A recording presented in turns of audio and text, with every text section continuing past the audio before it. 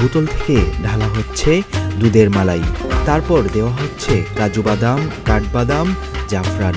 এভাবেই তৈরি হয় পুরান ঢাকার স্পেশাল শরবত দিলবাহার আজওয়া। কয়েক ঘন্টা অপেক্ষা করে দিলবাহার আজওয়া বাদাম শরবত বিক্রি শুরু হয় 4 বছর আগে। দ্রুতই এর জনপ্রিয়তা ছড়িয়ে পড়েছে চারদিকে। প্রতিদিন শত শত মানুষ এই শরবত খেতে আসেন। তবে দোকানি 400 গ্লাসের বেশি প্রতিদিন রাতে মিলে এই শরবত। এটি বিক্রি করেন মোহাম্মদ দুসাই সুমন। তিনি স্থানীয়দের কাছে সুমন ভাই নামেই পরিচিত। 100 টাকা প্রতি গ্লাস দিলবাহার আজওয়া বিক্রি করেন সুমন। তার মায়ের সহযোগিতায় শরবতের এই রেসিপি তৈরি করেন। এই শরবত তৈরির জন্য প্রথমে দুধের সঙ্গে মালাই ও সাবুদানা মিশিয়ে পুরো মিশ্রণটিকে আরও ঘন করা হয়।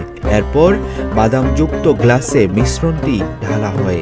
শেষে জাফরান ও বিভিন্ন পদের বাদাম দিয়ে সাজানো হয়। পানীয়টির বিশেষ সংস্করণে